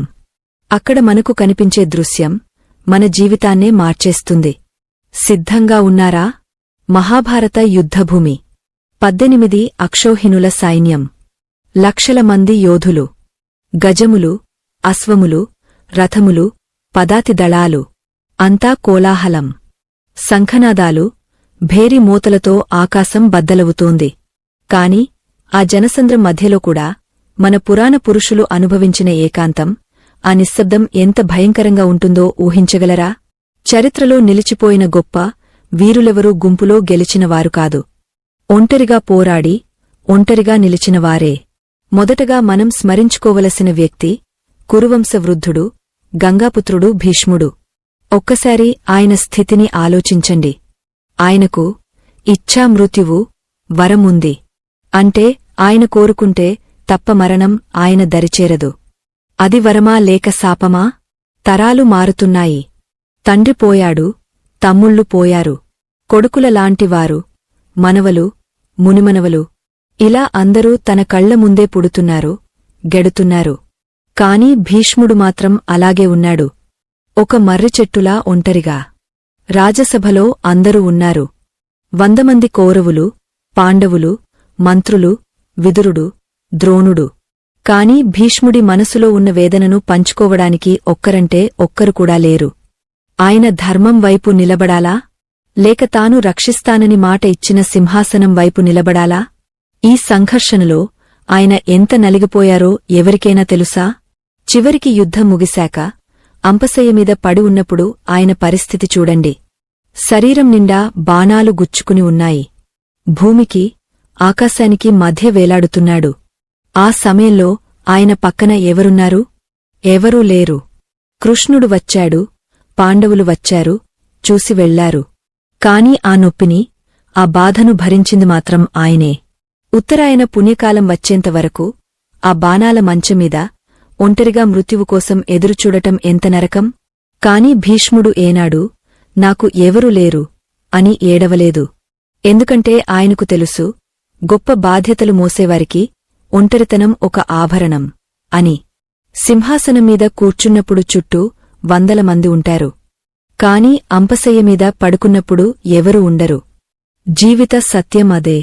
కష్టకాలంలో మన బాధను మనమే అనుభవించాలి. ఆ శక్తిని భీష్ముడి నుండే మనం నేర్చుకోవాలి. ఇక రెండవ వీరుడు, పుట్టుకతోనే విస్మరించబడ్డ సూర్య తేజస్సు, కర్ణుడు. ఈ ప్రపంచంలో కర్ణుడి అంత ఒంటరివాడు మరొకరు ఉండరేమో. పుట్టిన వెంటనే తల్లి ఒక పెట్టెలో పెట్టి నదిలో వదిలేసింది. ఆ పసికందు ఆ నదిలో ఒంటరిగా కొట్టుకుపోతున్నప్పుడు ఎంత భయపడి ఉంటాడు? పెద్దయ్యాక విద్య నేర్చుకుందామని వెళ్తే కులం పేరుతో గురువు తిరస్కరించాడు. పోనీ పట్టుదలగా నేర్చుకుంటే పరశురాముడు శపించాడు. స్నేహితుడు దొరికాడు అనుకుంటే దుర్యోధనుడు తన స్వార్థం కోసం వాడుకున్నాడు. చివరికి యుద్ధభూమిలో కర్ణుడి రథం చక్రం భూమిలో కూరుకుపోయింది. సారథి శల్యుడు వదిలేసి వెళ్ళిపోయాడు. చేతిలో ఆయుధం లేదు. చుట్టూ శత్రువులు. ఆకాశంలో సూర్యుడు కూడా మేఘాల చాటున దాక్కున్నాడు. భూమి, ఆకాశం, దిక్కులు అన్నీ అతనికి వ్యతిరేకంగా ఉన్నాయి. ఆ క్షణంలో కర్ణుడు అనుభవించిన ఒంటరితనం సామాన్యమైనది కాదు. కాని కర్ణుడు అక్కడ కుప్పకులిపోయాడా? లేద్. రథం దిగి చక్రం ఎత్తడానికి ప్రయత్నించాడు. మృత్యువు ఎదురుగా వస్తున్నా కళ్లల్లో భయం లేకుండా నిలబడ్డాడు. కర్ణుడు మనకు నేర్పిన పాణ్యమేమిటి? ప్రపంచం నిన్ను ఎంతగా వెలివేసినా నీ శక్తి నీలోనే ఉంది. నీ విలువ నీ రక్తంలో లేదు, నీ వ్యక్తిత్వంలో ఉంది అని నిరూపించాడు. సమాజం మనల్ని ఒంటరిని చేసినప్పుడు మనం కుంగపోకూడదు. కర్ణుడిలా తల ఎత్తుకుని నిలబడాలి. ఎందుకంటే చరిత్ర పెరికివాళ్లను గుర్తుపెట్టుకోదు, ఒంటరిగా పోరాడిన వీరులనే గుర్తుపెట్టుకుంటుంది. ఈరోజు మనం కర్ణుడిని తలచుకుంటున్నామంటే అతని దానుగుణం వల్ల, అతని ధైర్యం వల్ల. ఆ ధైర్యం గుంపులో రాలేదు, ఒంటరి పోరాటంలో వచ్చింది. ఇక మూడవ వీరుడు, బాలుడు, 16 ఏళ్ల ప్రాయం, అభిమన్యుడు. పద్మవ్యూహం అంటే సామాన్యమైనది కాదు. మహామహాయోధులకే అది సాధ్యం కాదు. కాని ధర్మరాజు, భీముడు వంటివారు వెనక వస్తున్నారని నమ్మి ఆ బాలుడు వ్యూహంలోకి దూకాడు. కాని జయద్రథుడు అడ్డుపడటంతో పాండవ సైన్యం ఆగిపోయింది. అభిమన్యుడు ఒక్కడే ఆ చక్రబంధంలో చిక్కుకుపోయాడు. చుట్టూ ద్రోణుడు, కృపుడు, కర్ణుడు, అశ్వత్థామ వంటి మహామహులు. వారంతా యుద్ధ నియమాలను మర్చిపోయి ఒక చిన్న పిల్లవాడిమీద గుంపుగా దాడి చేశారు.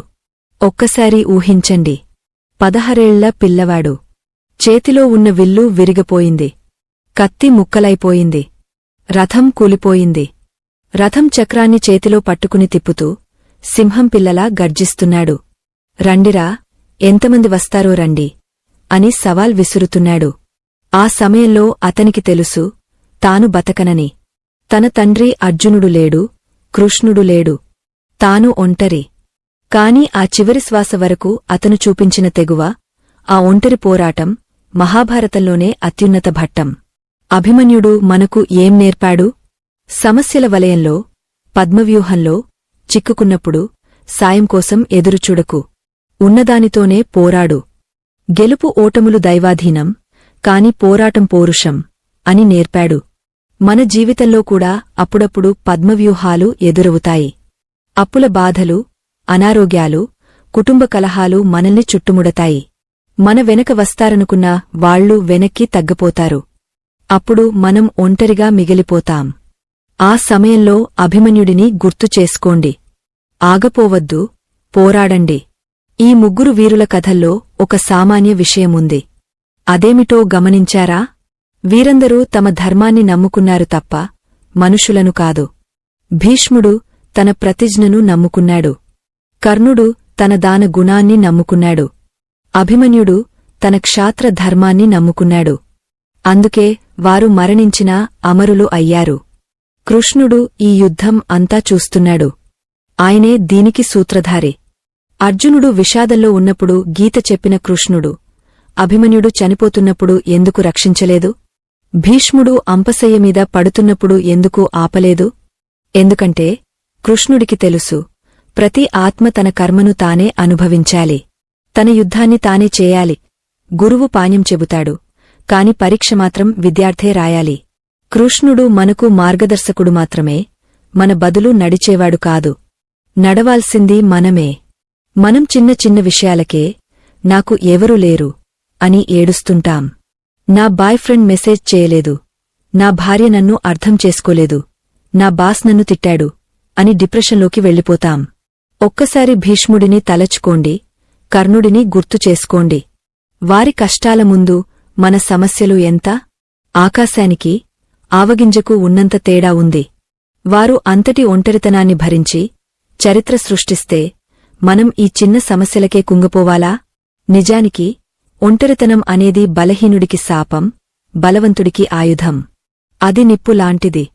అందులో కాలి బూడిద అవుతావా, లేక బంగారంలా మెరుస్తావా అనేది నీ చేతుల్లోనే ఉంది. మీరు గమనిస్తే ఈ ప్రపంచాన్ని మార్చిన ప్రతి ఒక్కరూ తమ జీవితంలో ఏదో ఒక దశలో తీవ్రమైన ఒంటరితనాన్ని అనుభవించినవారే.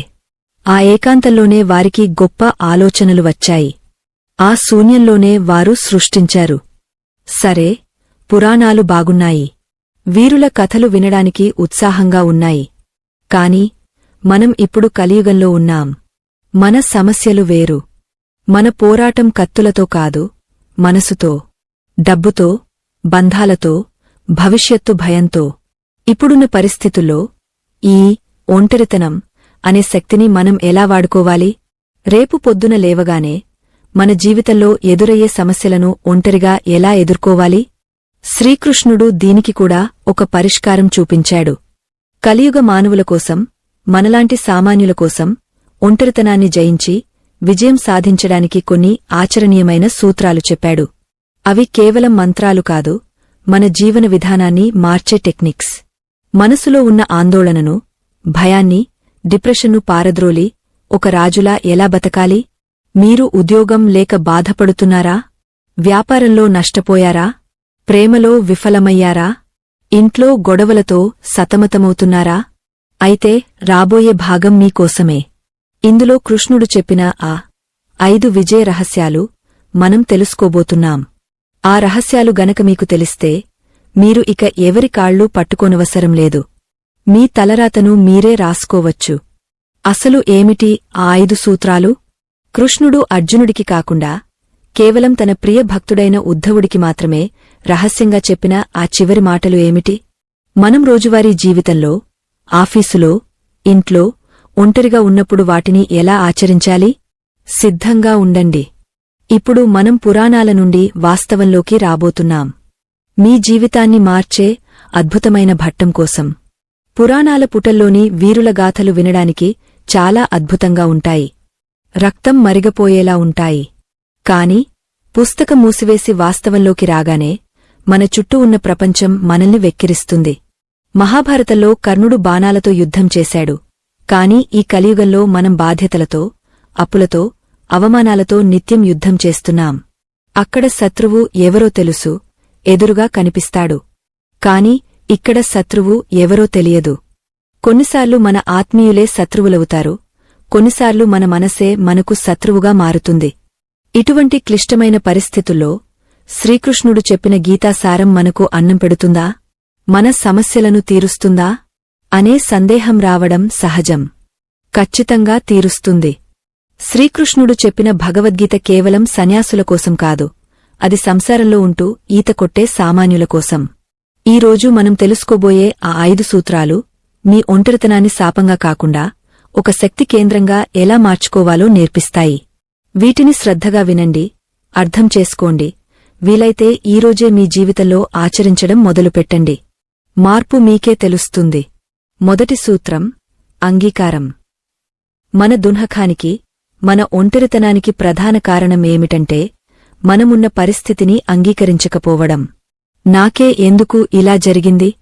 వాడు నన్ను ఎందుకు వదిలేశాడు? నాకు ఉద్యోగం ఎందుకు పోయింది? అని గతాన్ని తలుచుకుంటూ వర్తమానంతో పోరాడుతూ ఉంటాం. దీనివల్ల మన శక్తి అంతా వృధా అవుతుంది. బురదలో కూరుకుపోయినప్పుడు కాళ్ళు ఆడిస్తే ఇంకా లోపలికి కూరుకుపోతాం. ముందు కదలకుండా నిలబడాలి. అలాగే కష్టాలు వచ్చినప్పుడు, అవును, ఇప్పుడు నేను ఒంటరిగా ఉన్నాను, ఇది నా ప్రస్తుత స్థితి అని పూర్తిగా అంగీకరించండి.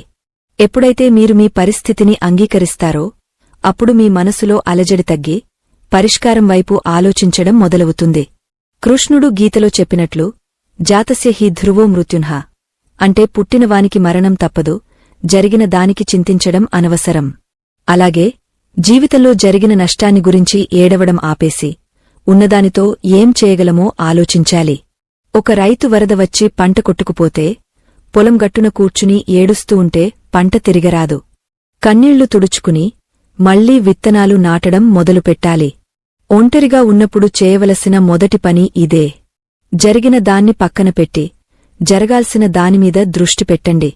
రెండవ సూత్రం పరధ్యానం వద్దు, స్వధర్మం ముద్దు. ఈ రోజుల్లో మన ఒంటరితనానికి పెద్ద కారణం పోలిక. పక్కింటివారిని, స్నేహితులను, ముఖ్యంగా సామాజిక మాధ్యమాల్లో ఇతరుల జీవితాలను చూసి మనల్ని మనం తక్కువ చేసుకుంటున్నాం. వాడు ఎంత సంతోషంగా ఉన్నాడో, వాడికి ఎంతమంది స్నేహితులు ఉన్నారో, నేను మాత్రం ఇలా ఒంటరిగా మిగిలిపోయాను అని బాధపడతాం. కాని కృష్ణుడు ఏమన్నాడంటే శ్రేయాన్ స్వధర్మో విగుణః పరధర్మాత్ స్వనుష్ఠితాత్ అని. అంటే ఇతరుల జీవితం ఎంత బాగున్నా సరే అది మనకు ప్రమాదకరం. మన జీవితం, మన ధర్మం మనకు ముఖ్యం. మీరు ఒంటరిగా ఉన్నప్పుడు ఇతరుల గురించి ఆలోచించడం మానేయండి. మీ జీవితం అనే తోటను బాగుచేసుకోవడానికి ఆ సమయాన్ని కేటాయించండి. మీకు ఒక అద్భుతమైన అవకాశం దొరికింది. అదేమిటంటే మీమీద మీరు పని చేసుకోవడం. కొత్త విషయాలు నేర్చుకోండి, మీ ఆరోగ్యాన్ని మెరుగుపర్చుకోండి, మీ నైపుణ్యాలను పెంచుకోండి. ఇతరుల గురించి ఆలోచిస్తే ఈర్ష్య పెరుగుతుంది, మీ గురించి ఆలోచిస్తే ప్రగతి వస్తుంది. సింహం ఎప్పుడు పక్కన ఉన్న జంతువు ఏం తింటుందో చూడదు, తన వేట తను చేస్తుంది. మీరు కూడా అంతే, మీ లక్ష్యం మీద మాత్రమే కళ్ళు పెట్టండి. మూడవ సూత్రం నిష్కామ కర్మ. మనం ఏ పని చేసినా ఫలితాన్ని ఆశిస్తాం. నేను ఈరోజు ఇంత కష్టపడ్డాను కదా, రేపు నాకు విజయం రావాలి అనుకుంటాం. రాకపోతే నిరాశపడతాం. ఆ నిరాశ ఒంటరితనానికి దారితీస్తుంది. కృష్ణుడు చెప్పిన పరమ రహస్యమేమిటంటే పని చేయడం వరకే నీ వంతు, ఫలితం దైవాధీనం. ఈ మాట వినడానికి పాతగా అనిపించినా ఇందులో ఉన్న మానసిక శాంతి అద్భుతం. ఎప్పుడైతే మీరు ఫలితం గురించి ఆలోచించకుండా పనిని ప్రేమిస్తూ చేస్తారో అప్పుడు మీకు అలసట ఉండదు, బోర్ కొట్టదు. ఒంటరిగా ఉన్నప్పుడు చాలామందికి పిచ్చి ఆలోచనలు వస్తాయి. నేను ఎంత చేసినా ఇంతే, నా రాత ఇంతే అని. అలాంటప్పుడు చిన్న చిన్న పనులు చేయడం మొదలుపెట్టండి. మీ గదిని శుభ్రం చేసుకోండి, ఒక పుస్తకం చదవండి, లేదా దేవుడి పూజ చేయండి. ఏదో ఒక కర్మలో నిమగ్నం అవ్వండి. ఖాళీ మనసు దెయ్యాల కార్ఖానా. కర్మ అనే మందుతోనే ఒంటరితనం అనే రోగాన్ని నయం చేయాలి. నీరు పారుతూ ఉంటేనే స్వచ్ఛంగా ఉంటుంది, ఆగపోతే మురిగపోతుంది. మీరు కూడా కదలికలో ఉండండి, చైతన్యంతో ఉండండి. 4వ సూత్రం, మీకు మీరే మిత్రుడు. ఇది చాలా ముఖ్యమైన విషయం.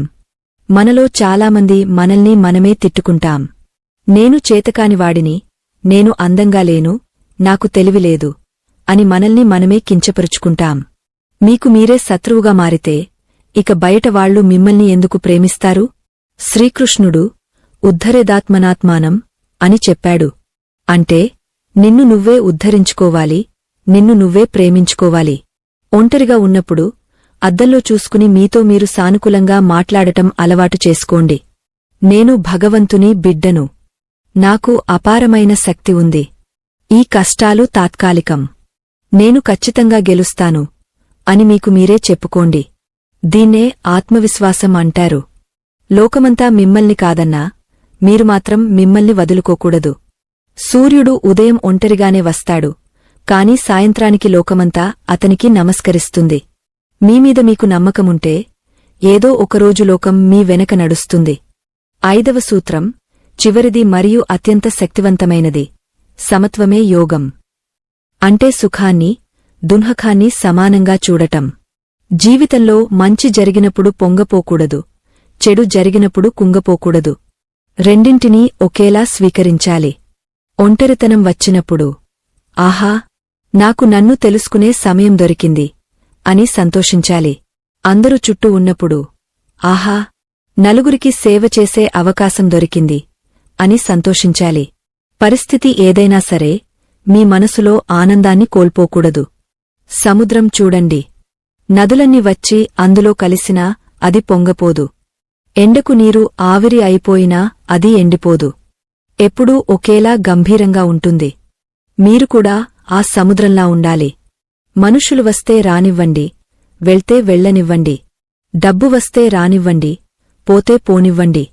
మీ లోపల ఉన్న స్థితప్రజ్ఞతను మాత్రం చెడిపోనివ్వకండి. ఇదే శ్రీకృష్ణుడు నేర్పిన నిజమైన జీవనకళ. ఈ 5 సూత్రాలను పాటిస్తే మీ ఒంటరితనం ఇక మిమ్మల్ని భయపెట్టదు సరికదా, అది మీకు ఒక గొప్ప వరంగా మారుతుంది. మీరు ఒంటరిగా గడిపే ప్రతిక్షణం మిమ్మల్ని మీరు ఒక వజ్రంలా తీర్చిదిద్దుకోవడానికి ఉపయోగపడుతుంది. అయితే ఇవన్నీ చేయడానికి మనకు కొంత శక్తి కావాలి. ఆ శక్తి ఎక్కడినుంచి వస్తుంది? కేవలం మాటలతో సరిపోదు కదా, దానికి ఒక మూలముండాలి. ఆ మూలం గురించి మనం ఇప్పుడు మాట్లాడుకోవాలి. ఒక చిన్న కథ చెబుతాను. ఒక శిల్పి అడవిలో దొరికిన ఒక రాయిని తీసుకుని దానిమీద ఉలితో దెబ్బలు కొడుతున్నాడు. ఆ రాయి ఏడుస్తోంది. నన్ను ఎందుకు కొడుతున్నావు? నాకు నొప్పిగా ఉంది, నన్ను వదిలేయి అని మొత్తుకుంది. కాని శిల్పి ఆగలేదు. ఓపిక పట్టు, నీ లోపల ఒక దేవుడున్నాడు, వాడిని బయటకు తీస్తున్నాను అన్నాడు. ఆ రాయి ఆ దెబ్బలను భరించింది, ఆ ఒంటరితనాన్ని, ఆ నొప్పిని సహించింది. చివరకు అది ఒక అద్భుతమైన విగ్రహంగా మారింది. ఇప్పుడు ఆ విగ్రహం గుడిలో ఉంది. నిత్యం పూజలు అందుకుంటోంది.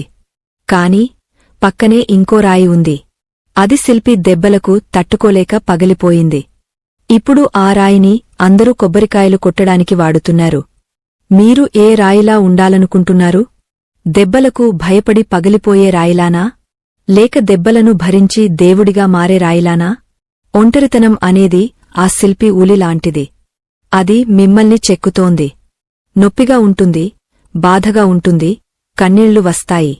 కాని ఆ నొప్పిని భరిస్తేనే మీ జీవితానికి ఒక విలువ వస్తుంది. లేకపోతే కాలిబాటలో రాయిలా మిగిలిపోతారు. నిర్ణయం మీ చేతుల్లోనే ఉంది. మనం తరచుగా ఒక తప్పు చేస్తాం. మనం ఒంటరిగా ఉన్నప్పుడు ఆ శూన్యాన్ని నింపడానికి తప్పుడు మార్గాలను ఎంచుకుంటాం. తాగుడు, చెడు అలవాట్లు లేదా అనవసరమైన సంబంధాల వైపు ఆకర్షితులవుతాం. ఇది చాలా ప్రమాదం. అది మంటలో పడ్డ మిడత చందం అవుతుంది. కృష్ణుడు చెప్పినట్లు విషంలా అనిపించేది అమృతం అవుతుంది, అమృతంలా అనిపించేది విషం అవుతుంది. మొదట్లో కష్టంగా ఉన్నా సరే ధర్మ మార్గంలోనే నడవాలి. అదే చివరకు శాశ్వతమైన ఆనందాన్ని ఇస్తుంది. ఈ ప్రయాణంలో మీకు ఎప్పుడైనా అలసట వస్తే, నిరాశ వస్తే ఒక్కసారి ఆకాశం వైపు చూడండి. ఆ అనంతమైన విశ్వంలో మన భూమి ఒక చిన్న ఇసుక రేణువు. అందులో మనం ఎంత? మన కష్టాలు ఎంత? ఈ విశాల దృక్పథం అలవర్చుకుంటే మన అహంకారం తగ్గుతుంది, మన బాధ చిన్నదిగా అనిపిస్తుంది. నేను, నాది అనే సంకెళ్ళు తెగపోతాయి. అప్పుడే మనం స్వేచ్ఛగా ఊపిరి పీల్చుకోగలుగుతాం. అయితే మిత్రులారా, మనం ఇప్పటివరకు మనసును ఎలా నియంత్రించుకోవాలి, కర్మను ఎలా చేయాలి, ఒంటరితనాన్ని ఎలా జయించాలి అనే విషయాలు చర్చించుకున్నాం. కాని ఇవన్నీ ఒక ఎత్తు అయితే, శ్రీకృష్ణుడు గీత చివర్లో చెప్పిన పరమరహస్యం మరొక ఎత్తు. అదే ముక్తి. అసలు మనం ఈ జన్మ ఎందుకు తీసుకున్నాం? ఈ కష్టాలన్నీ ఎందుకు పడుతున్నాం? ఈ నాటకానికి ముగింపులేదా? మనం ఎప్పుడు శాశ్వతంగా విశ్రాంతి తీసుకుంటాం? శ్రీకృష్ణుడు అర్జునుడికి 18 అధ్యాయాలు బోధించిన తర్వాత చివరగా ఒకే ఒక్క శ్లోకంలో సమస్త వేదాల సారాన్ని పిండిపోశాడు. ఆ ఒక్క మాట వింటే చాలు, జన్మజన్మల పాపాలు పటాపంచలైపోతాయి. ఆ ఒక్క మాటను నమ్ముకుంటే చాలు, ఇక మీరు దేనికీ భయపడాల్సిన పనిలేదు. యమధర్మరాజు కూడా మిమ్మల్ని చూసి తలవంచి నమస్కరిస్తాడు. అంతటి శక్తివంతమైన ఆ రహస్యమేమిటి? ఆ రహస్యం తెలిస్తే మీరు ఒంటరిగా ఉన్నా సరే, మీ వెనుక ఒక అదృశ్య శక్తి, ఒక దివ్యరక్షక కవచం మిమ్మల్ని కాపాడుతోందని మీకు అర్థమవుతుంది. ఆ కవచముంటే ఏ అస్త్రమూ మిమ్మల్ని తాకలేదు. ఆ రహస్యం గురించి, ఆ అంతిమ ఉపదేశం గురించి మనం ఇప్పుడు తెలుసుకోబోతున్నాం. ఇది మన కథనంలో ఆఖరి మజిలీ, మీ జీవితాన్ని సంపూర్ణం చేసే ముగింపు.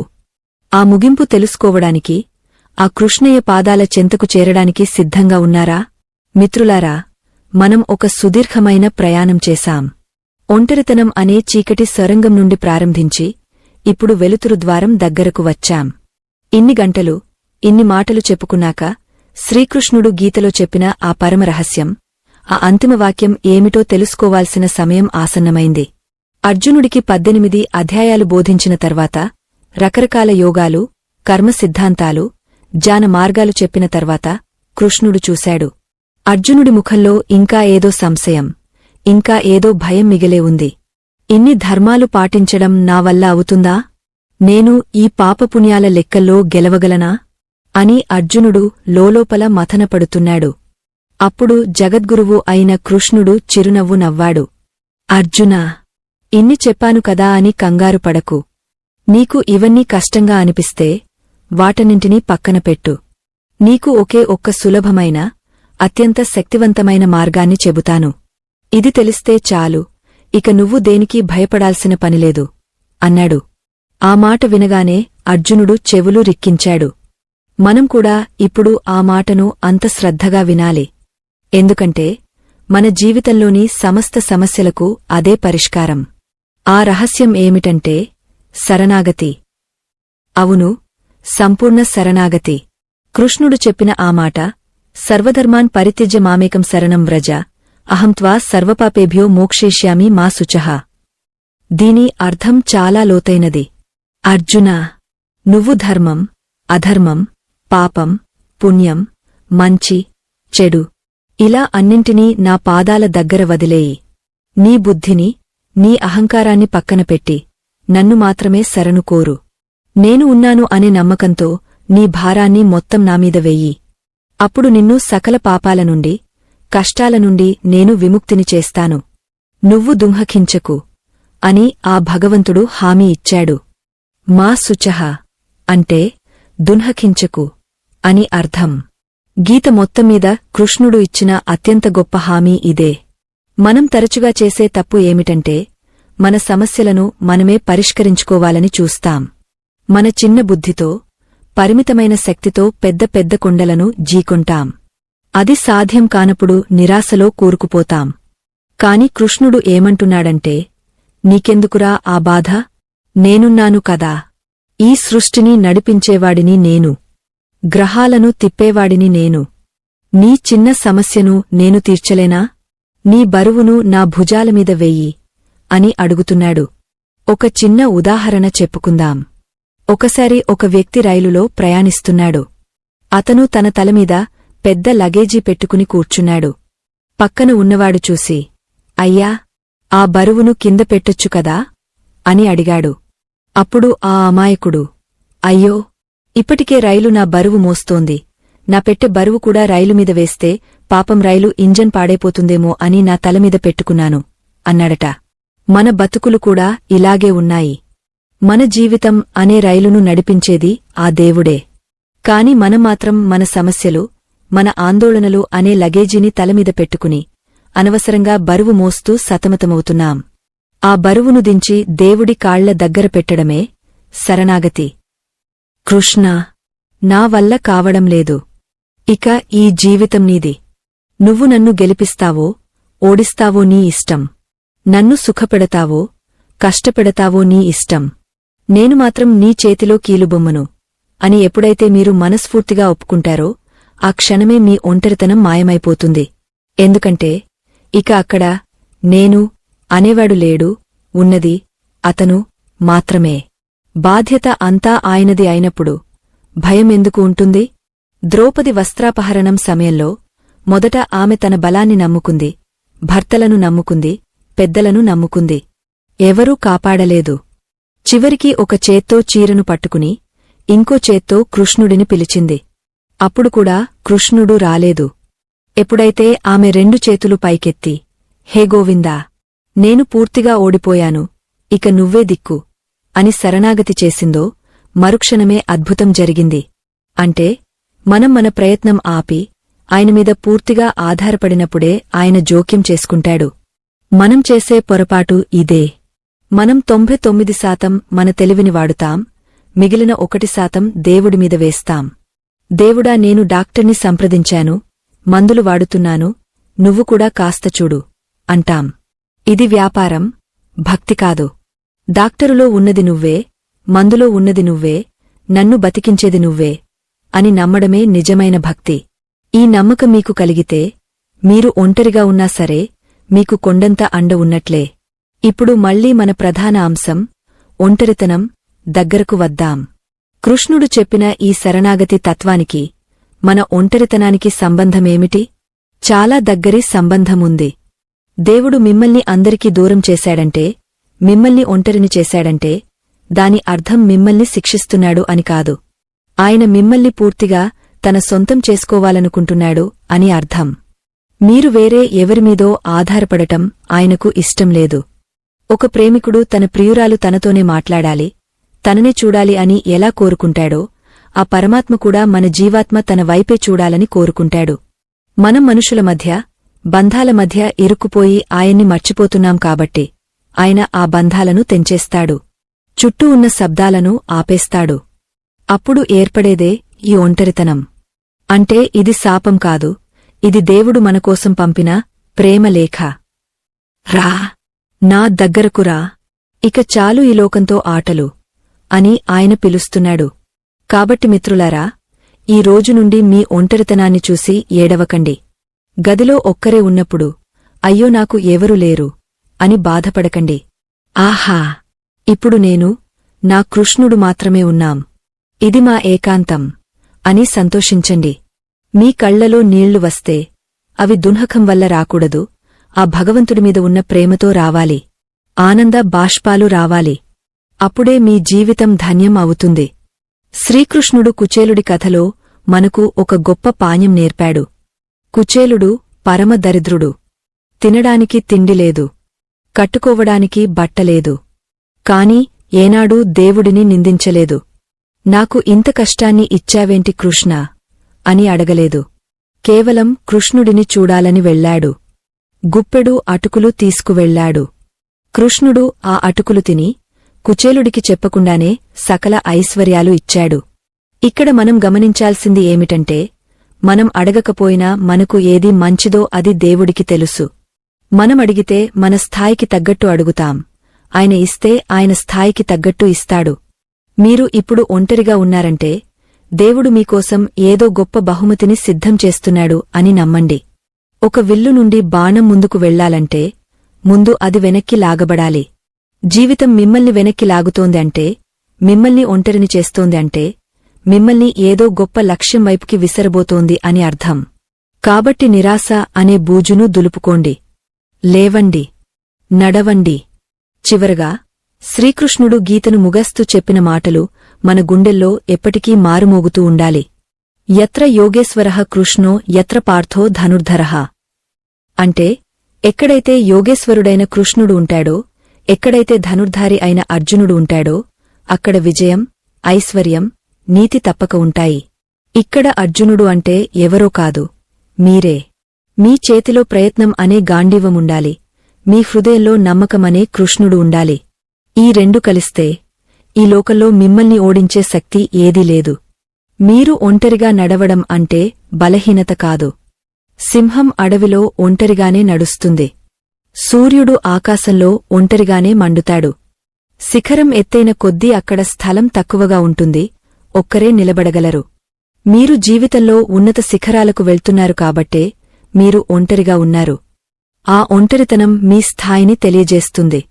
కింద ఉన్న గుంపును చూసి జాలిపడండి, అంతేకాని వారిలో కలవాలని ఆశపడకండి. ఈ వీడియో ద్వారా, ఈ కథనం ద్వారా మీలో ఒక్కరైనా సరే ఈ రాత్రి ప్రశాంతంగా నిద్రపోతే, ఒక్కరైనా సరే తమ కన్నీళ్లు తుడుచుకుని రేపటి నుండి కొత్త జీవితాన్ని ప్రారంభిస్తే మా ఈ ప్రయత్నం ఫలించినట్లే. గుర్తుంచుకోండి, కృష్ణుడు ఎక్కడో ఆకాశంలో లేడు, గుడిలో లేడు, మీ గుండె చప్పుడులో ఉన్నాడు, మీ శ్వాసలో ఉన్నాడు. మీరు కళ్ళు మూసుకుని పిలిస్తే పలికేంత దగ్గరలో ఉన్నాడు. ఇక లేవండి, దుంహకాన్ని విడిచిపెట్టండి. మీరు అనాథలు కాదు, ఆ జగన్నాథుడి బిడ్డలు. మీ వెనక కనిపించని సైన్యముంది. ధైర్యంగా అడుగు ముందుకు వేయండి. ప్రపంచం మీకోసం దారి ఇస్తుంది. మీ ప్రయాణం ఒంటరిగా మొదలై ఉండవచ్చు, కాని గమ్యం మాత్రం ఆనందమయం. ఈ అద్భుతమైన, దైవికమైన విషయాలు మీ మనసును తాకి ఉంటే, మీలో కొత్త ఉత్సాహాన్ని నింపి ఉంటే, దయచేసి మీ స్పందనను తెలియజేయండి. జై శ్రీకృష్ణ అని కామెంట్ రూపంలో ఆ పరమాత్ముడిని స్మరించుకోండి. అలాగే మీలాగే ఎవరైనా జీవితంలో ఒంటరిగా పోరాడుతూ ఉంటే వారికి ఈ వీడియోను పంపించి వారికి ధైర్యాన్ని ఇవ్వండి. అది మీరు చేసే గొప్ప దైవకార్యం అవుతుంది. మరొక అద్భుతమైన ధార్మిక విశేషంతో, మీ జీవితానికి వెలుగునిచ్చే మరో సత్యంతో మళ్లీ కలుద్దాం. అంతవరకు ఆ కృష్ణయ్య కృప మీ అందరిపై సదా ఉండాలని కోరుకుంటూ స్వస్తి. సర్వేజనా సుఖినో భవంతు. లోకా సమస్తా సుఖినో భవంతు. జై శ్రీకృష్ణ.